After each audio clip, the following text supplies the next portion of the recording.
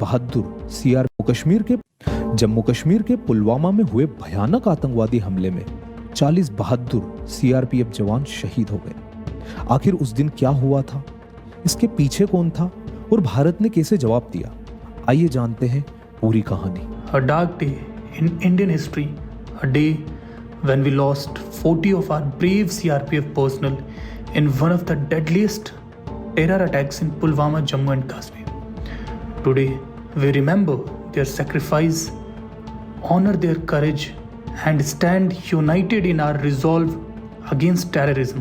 इस पूरे काफिले में टोटल 78 व्हीकल्स थे और 2547 जवान थे और ये काफिला नेशनल हाईवे 44 से गुजरने वाला था। सबसे पहले भारत ने पाकिस्तान का मोस्ट फेवर्ड नेशन का दर्जा कैंसिल कर दिया और फिर पाकिस्तान ने भारत में से इंपोर्ट होने वाले सभी सामानों पर कस्टम ड्यूटी बढ़ाकर 200% कर दी।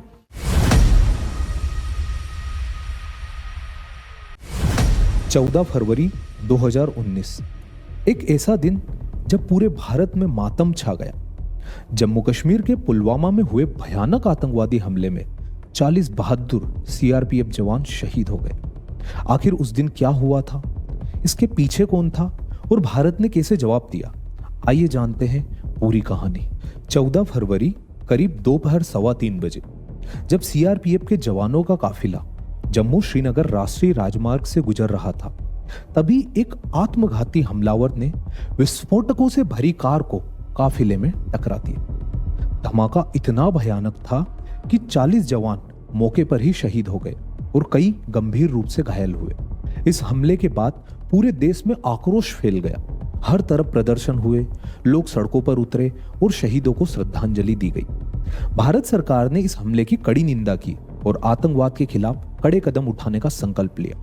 पाकिस्तान पर कूटनीतिक दबाव बनाया गया और भारतीय सुरक्षा बलों ने आतंकवादियों को मुंह तोड़ जवाब दिया। 12 Mirage 2000 fighter aircraft of the type that you see on your screen went across and hit these targets. Abhinandan Vardhaman told his team that he locked a target, one of the F-16 fighter jets in the Pakistani assault team. Qureshi साहब उस meeting में थे जिसमें prime minister साहब ने आने से इनकार कर दिया और चीफ ऑफ आर्मी स्टाफ तशरीफ लाए। पैर कांप रहे थे, पसीने माथे पे थे और हमसे शाह महमूद साहब ने कहा कि खुदा का वास्ता है अब इसको वापस जाने दें, क्योंकि 9 बजे रात को हिंदुस्तान पाकिस्तान पे अटैक कर रहा है। So how exactly did the strikes take place? What were the units which were involved? What exactly did we hit? Take a look.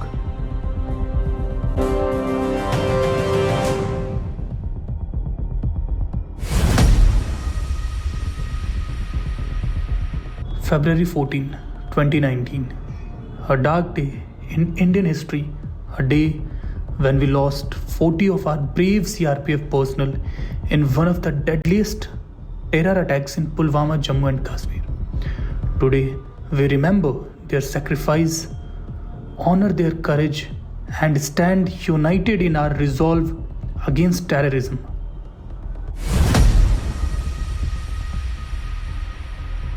CRPF का काफिला सुबह 3:30 बजे जम्मू से श्रीनगर के लिए निकलता है और इस बार काफिला काफी बड़ा था क्योंकि जवान अपने घरों से छुट्टी के बाद लौटे थे। इस पूरे काफिले में टोटल 78 व्हीकल्स थे और 2547 जवान थे और ये काफिला नेशनल हाईवे 44 से गुजरने वाला था। रोड को सिक्योर करने की जिम्मेदारी दी गई थी रोड ओपनिंग पार्टी को, जिसे आप आरओपी के नाम से भी जानते हैं। जब भी सीआरपीएफ का कोई भी काफिला किसी ऐसे एरिया से निकलता है जहां पर आतंकवादी हमला होने की आशंका ज्यादा होती है, उस एरिया को रोड ओपनिंग पार्टी के द्वारा सिक्योर किया जाता है। सीआरपीएफ के इस काफिले का इंतजार कर रहे थे 2 आतंकवादी, शाकिर बशीर और आदिल अहमद डार। हमले की प्लानिंग बहुत पहले कर दी गई थी और इस हमले को ओरिजिनली ये दोनों आतंकवादी 9 फरवरी को अंजाम देना चाहते थे।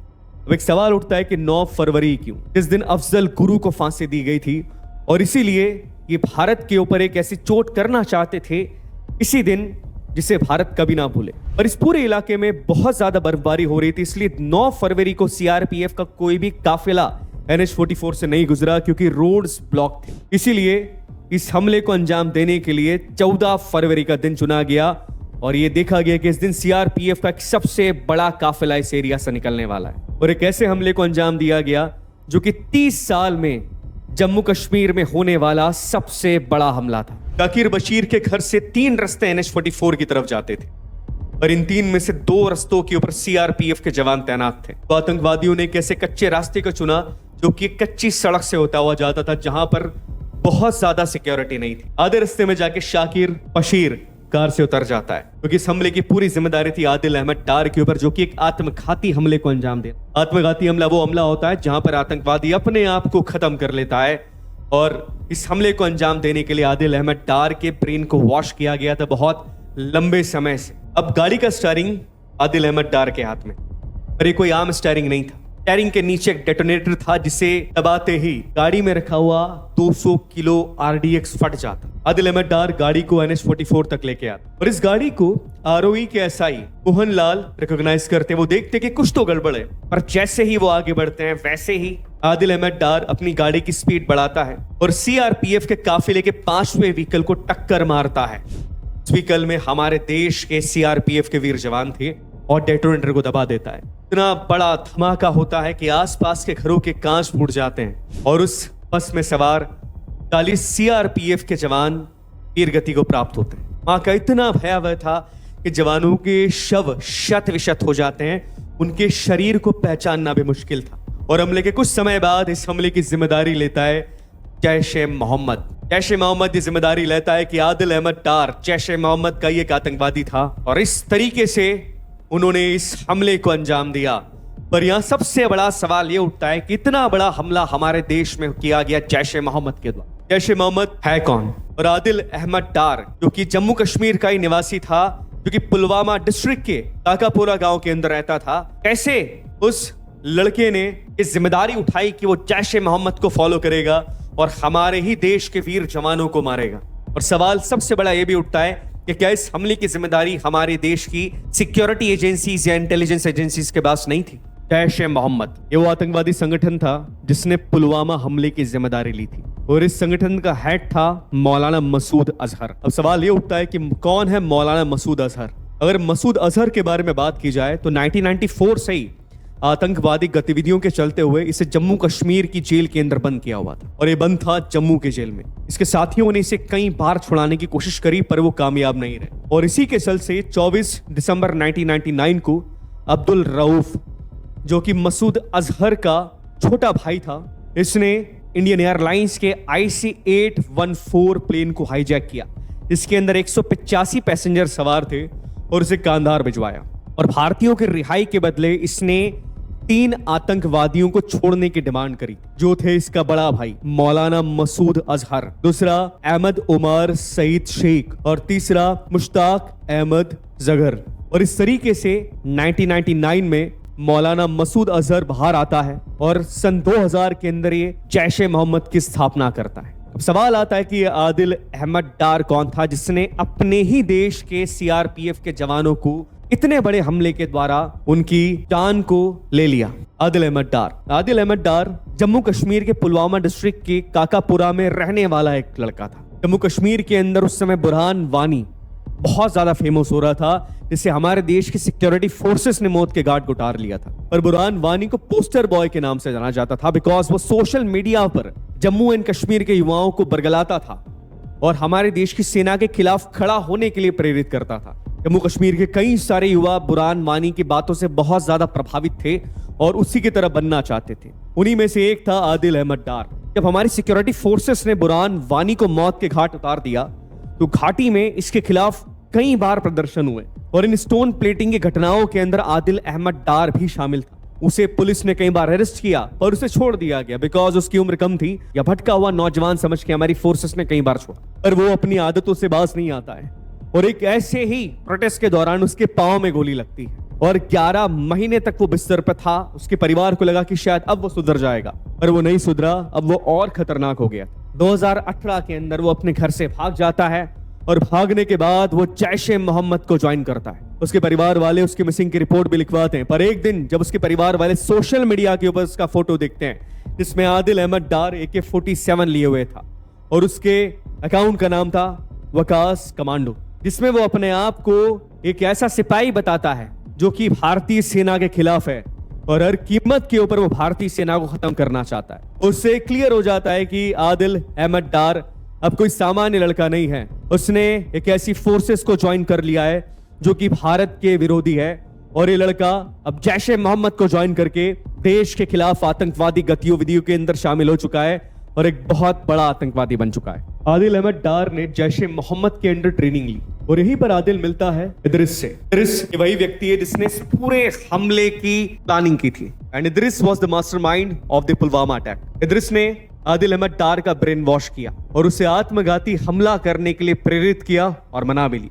इदरिस जो कि एक आईईडी एक्सपर्ट था, उसने पाकिस्तान से स्मॉल अमाउंट के अंदर आरडीएक्स मंगवाना शुरू किया। इस आरडीएक्स को छोटे छोटे पैकेट्स के अंदर, स्मॉल अमाउंट्स के अंदर मंगवाया गया ताकि हमारे सिक्योरिटी फोर्सेस को शक ना हो, और इस तरीके से उसने तकरीबन 200 किलो आरडीएक्स मंगवा लिया। इस आरडीएक्स को भारत में लाने की जिम्मेदारी उसने अपने सबसे करीबी आदमी को दी, जिसका नाम था शाकिर बशीर, जिसके बारे में हमने शुरुआत में बात करी थी। जनवरी 2018 में इदरिस ने अपने साथी की सहायता से गाड़ी अरेंज करी जो कि एक फ्रूट सेलर की थी, और ये थी मारुति की इको। फ्रूट सेलर की गाड़ी होने के कारण पीछे की सीट्स को निकाल दिया गया था, और ये गाड़ी एक परफेक्ट व्हीकल बना इस हमले को अंजाम देने के लिए, क्योंकि इस गाड़ी के अंदर तकरीबन 200 किलो आरडीएक्स रखना था। इदरिस ने 2 आईईडी तैयार किए, जिसमें से एक आईईडी था 160 किलो का और दूसरा था केवल 40 किलो का, और टोटल 200 किलो आरडीएक्स के साथ इदरिस ने इस गाड़ी को तैयार किया जो कि सीआरपीएफ के काफिले के ऊपर हमला करने वाली थी, और यह हमला 30 सालों में होने वाला सबसे बड़ा हमला था। और इस हमले को अंजाम दिया आदिल अहमद डार ने, जिसने आतंकवादी बनना चुना, और उसे लगा कि यह हमला करके वो अपने रिलीजन की और अपने धर्म की रक्षा कर रहा है। बात करते हैं सबसे अहम पहलू के बारे में। इस हमले की इन्वेस्टिगेशन नेशनल इन्वेस्टिगेशन एजेंसी मतलब एनआईए ने कैसे करी। इस पूरे हमले की इन्वेस्टिगेशन की जिम्मेदारी दी गई थी जम्मू एंड कश्मीर के एनआईए चीफ राकेश बलवाल जी को। राकेश बलवाल जी ने हमले के आसपास के एरिया को इन्वेस्टिगेट किया और उस पूरे एरिया की छानबीन करी, और उस एरिया में कुछ हाथ नहीं लगा, और ये बात राकेश बलवाल जी जानते थे, क्योंकि इन्वेस्टिगेशन के लिए उस एरिया का दायरा बढ़ाना बहुत जरूरी था। पर सबसे बड़ी समस्या ये थी कि जिस एरिया के अंदर ये हमला हुआ वो एरिया आतंकवादियों का अड्डा था। पर राकेश बलवाल जी ने हार नहीं मानी और उन्होंने छानबीन के दायरे को बढ़ाने की याचिका एनआईए के अंदर दायर करी कि छानबीन को ज्यादा एरिया के अंदर किया जा सके। हालांकि ये बहुत मुश्किल और सिक्योरिटी के लिहाज से बहुत टफ था, बट फिर भी ये परमिशन उन्हें मिली और उनकी छानबीन का दायरा बढ़ा। और इसका फायदा ये हुआ कि हमले से लगभग 250 मीटर की दूरी के पर ही एक कार की चाबी मिली। ये उसी इको गाड़ी की चाबी थी जिससे हमले को अंजाम दिया गया था। इस इन्वेस्टिगेशन के लिए लगभग 100 एनआईए के अधिकारी और 400 सीआरपीएफ के जवान हमले के आसपास के इलाके को सर्च करने लगे। पर कार की चाबी जब मिली तो ये एक बहुत बड़ी सफलता हमारे लिए थी। इस चाबी के मिलने के बाद व्हीकल का पता लगा, और ये पता लगा कि व्हीकल 7 बार बेचा जा चुका है, और आखिरी बार इस व्हीकल को परचेस किया है सजाद भट्ट ने, और इसी ने इस व्हीकल को इदरिस को दिया था। पर अब समस्या ये थी कि सज्जाद भट्ट जिसने आखिरी बार इस व्हीकल को परचेस किया था वो पहले ही हमारे सिक्योरिटी फोर्सेस के हमले में मारा जा चुका था। पर राकेश बलवाल जी ने हार नहीं मानी। उन्होंने आसपास के एरिया से रिक्वेस्ट करी हमारी आर्मी से कि जितने भी आतंकवादी हमलों के अंदर, जितने भी आतंकवादी मारे गए वास्तविकता के अंदर सिक्योरिटी फोर्सेस के हमलों के अंदर, उन सारे आतंकवादियों की डिटेल उनको दी जाए। और इस डिटेल के अंदर 2 आतंकवादियों का नाम आता है, जिसमें एक मुठभेड़ में 2 आतंकवादी मारे गए, और इनमें से एक आतंकवादी था इदरिस।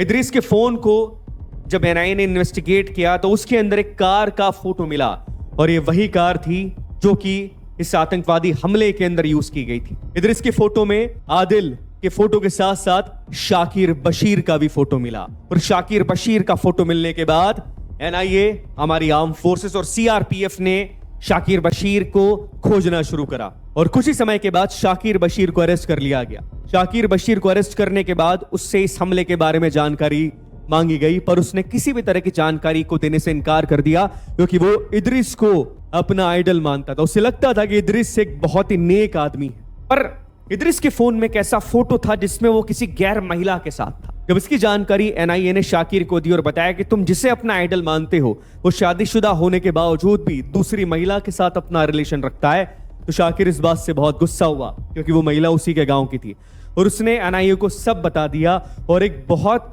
बड़ा और चौंकाने वाला खुलासा किया कि वास्तविकता में जिसे आप इदरिस के नाम से जानते हैं उसका नाम है मोहम्मद उमर फारूक, जो कि मौलाना मसूद अजहर का रियल भतीजा है और एनआईए ने अपनी रिपोर्ट के अंदर ये सारी जानकारी दी।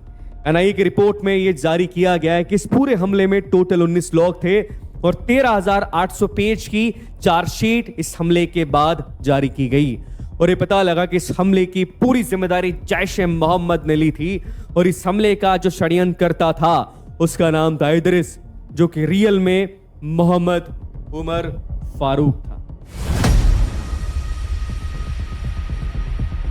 हमले में 40 जवान के शहीद होने और 70 से ज्यादा जवानों के घायल होने की खबर ने पूरे देश को हिला दिया था। पिछले 30 साल में कश्मीर में हुए सबसे बड़े आतंकवादी हमलों में से ये एक था। ये हमला इतना भयानक था कि शहीद जवानों के चेहरे तक पहचान में नहीं आ रहे थे। हमले के बाद बड़े बड़े अधिकारी घटनास्थल पर पहुंचे थे, जो जवानों की ऐसी हालत देखकर अपने आंसू नहीं रोक पा रहे थे। पुलवामा हमले के बाद पूरे देश में गुस्से और शोक की लहर थी। हर कोई इसका बदला चाहता था। हमले के तुरंत बाद गवर्नमेंट भी एक्शन में आ गई और शहीद जवानों को स्पेशल फ्लाइट से उनके होम स्टेट में ले जाया गया, जहां पूरे सैन्य सम्मान के साथ उनका अंतिम संस्कार किया गया। इसके बाद भारत ने पाकिस्तान पर शिकंजा कसना शुरू किया। सबसे पहले भारत ने पाकिस्तान का मोस्ट फेवर्ड नेशन का दर्जा कैंसिल कर दिया और फिर पाकिस्तान ने भारत में से इंपोर्ट होने वाले सभी सामानों पर कस्टम ड्यूटी बढ़ाकर 200% कर दी। इसके बाद भारत सरकार ने पाकिस्तान को इंटरनेशनल लेवल पर डिप्लोमेटिकली आइसोलेट करना शुरू किया। भारत ने बताया कि कैसे पाकिस्तान अपनी जमीन पर आतंकवादियों को पनाह देता है। पाकिस्तान ने टेररिज्म के अगेंस्ट इफेक्टिव मेजर्स को इंप्लीमेंट नहीं किया था, इसीलिए financial action task force FATF ने पाकिस्तान को ग्रे लिस्ट में ही रखा था। पाकिस्तान को अलग थलग करने के सरकार के इस फैसले का भारत की ऑर्गेनाइजेशन ने भी साथ दिया। ऑल इंडिया सिने वर्क एसोसिएशन AICWA और all India film and television director association IFTDA ने तुरंत एक्शन लेते हुए इंडियन फिल्म इंडस्ट्री में पाकिस्तान कलाकारों के काम करने पर रोक लगा दी। जहां भारत पाकिस्तान को इकोनॉमिकली और डिप्लोमेटिकली चोट पहुंचा रहा था, तो वहीं उसे सही सबक सिखाने के लिए सैन्य कार्रवाई की तैयारी भी की जा रही थी। हमले के बाद से ही भारतीय सेनाएं जिम्मेदार आतंकवादियों को अंजाम तक पहुंचाने के लिए बेचैन थी। सैनिक अपने साथियों का बलिदान का बदला चाहते थे, लेकिन आक्रोश के समय में भी सभी तरह की पॉसिबिलिटीज को काफी बारीकी से देखा जा रहा था। ऐसे में इंडियन एयरफोर्स के air chief marshal Birender Singh Dhanoa ने आगे से इनिशिएट लेते हुए अगले ही दिन सरकार के सामने POK में एयर स्ट्राइक का प्रपोजल रख दिया, जिसे सरकार ने भी मंजूरी दे दी। मंजूरी मिलते ही एयरफोर्स ने अपनी तैयारी शुरू कर दी। 16 से 20 फरवरी के बीच 4 दिन तक ड्रोन की मदद से इस बात का पता लगाया गया कि सीमा पार कौन कौन सी जगह पर आतंकवादियों ने अपने ठिकाने बनाए रखे हैं। दुश्मनों के ठिकानों का पता लगाने के तुरंत बाद एयरफोर्स और इंटेलिजेंस के अधिकारियों के बीच ऑपरेशन की प्लानिंग को लेकर अगले 2 दिन तक बैठकें चली। इसी बीच एयरफोर्स ने इस ऑपरेशन का ब्लूप्रिंट तैयार करके national security adviser Ajit Doval के सामने रखा, जिसे उन्हें ऑपरेशन के दौरान टारगेट की जाने वाली जगह से रूबरू कराया गया। भारतीय वायुसेना ने करीब 48 साल पहले 1971 में पाकिस्तान की सीमा में घुसकर ऐसा कोई कार्रवाई की थी। इसीलिए ऑपरेशन को आगे बढ़ाने से पहले एयरफोर्स अपनी ओर से सभी तैयारी को पुख्ता करने में जुटी हुई थी। 1 स्क्वाड्रन टाइगर और 7 स्क्वाड्रन बैटल एक्सेस के जवानों को ऑपरेशन के लिए तैयार रहने का आदेश दिया गया था। एयरफोर्स ने सिक्योरिटी रीजन और कॉन्फिडेंशियलिटी को मेंटेन करने के लिए इस ऑपरेशन का नाम ऑपरेशन बंदर रखा, जिसे अंजाम देने के लिए 26 फरवरी 2019 का दिन डिसाइड किया गया था। सारी प्लानिंग होने के बाद फाइटर जेट को सावधानी से परखा गया और ऑपरेशन में हिस्सा लेने वाले पायलट्स ने 24 फरवरी को ट्राई रन भी किया था, जिसके बाद ऑपरेशन को हरी झंडी भी दे दी गई। इस ऑपरेशन के लिए 12 मिराज 200 जेट को इस्तेमाल किया जाना था और साथ ही किसी भी इमरजेंसी से निपटने के लिए गरुड़ कमांडो की एक टीम को भी स्टैंड बाई पर रखा गया था। 26 फरवरी की सुबह 3:30 बजे ही भारत के 12 Mirage 200 fighters jet laser guided bomb के साथ लैस होकर पाकिस्तान के अंदर घुसकर तबाही मचाने के लिए निकल पड़ते हैं और कुछ ही मिनटों में पाकिस्तान के एयर स्पेस में एंटर कर जाते हैं। Fighter jet Pakistan occupied Kashmir के मुजफ्फराबाद और चकोटी के आतंकवादी ठिकानों पर बमबारी करते हैं। एक ही झटके में सैकड़ों आतंकवादी मारे जाते हैं। जैश ए मोहम्मद के कई ठिकाने पाकिस्तान के खैबर पख्तून प्रांत के बालाकोट शहर में भी बने हुए थे। इसीलिए इंडियन एयरफोर्स बालाकोट में भी दाखिल होकर जैश ए मोहम्मद के आतंकवादी शिविरों पर करीबन 8 मिनट तक बमबारी करके सैकड़े आतंकवादियों को मार गिराती है।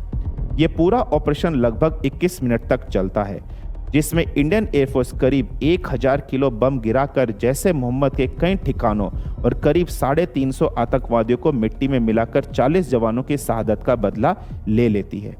इस हमले से बौखलाए पाकिस्तान पहले ही दिन 27 फरवरी को भारतीय सीमा में घुसने की हिमाकत करता है। पाकिस्तान के लड़ाकू विमानों को भगाने के लिए भारतीय वायुसेना भी मुंह तोड़ जवाब देती है। इसी बीच एक डॉग फाइट के दौरान wing commander Abhinandan Varthaman MiG-21 bison से पाकिस्तान के एक F-16 विमान को मार गिराते हैं। इसी दौरान उनका विमान भी डैमेज हो जाता है और वो पैराशूट के साथ पाकिस्तान ऑक्युपाइड कश्मीर में लैंड कर जाते हैं। लेकिन भारत के डिप्लोमेटिक प्रेशर और बढ़ते दबाव के चलते पाकिस्तान को झुकना पड़ता है और 1 मार्च 2019 को विंग कमांडर अभिनंदन वर्धमान को सुरक्षित भारत को लौटा दिया जाता है। भारत ने ताकत और साहस के साथ जवाब दिया। कुछ ही दिनों में हमारे सशस्त्र बलों ने सीमा पार आतंकी शिविरों पर निशाना बनाया। यह निशाना था जैश ए मोहम्मद। इसके लिए ऑपरेशन बंदर बालाकोट एयर स्ट्राइक को शुरू किया गया। संदेश स्पष्ट और सीधा था, भारत आतंकवाद को बर्दाश्त नहीं करेगा। Let us bow our heads in tribute to our fallen heroes. May their courage inspire us all to stand united as a nation. ये मंजर कुछ ऐसा था, दिल बहुत दुखा होगा आपका, गुस्सा भी आया होगा, आंसू भी निकले होंगे। तो कमेंट बॉक्स में बताइए कि क्या फील करते हैं आप पुलवामा अटैक और इस वीडियो के बारे में। जय हिंद।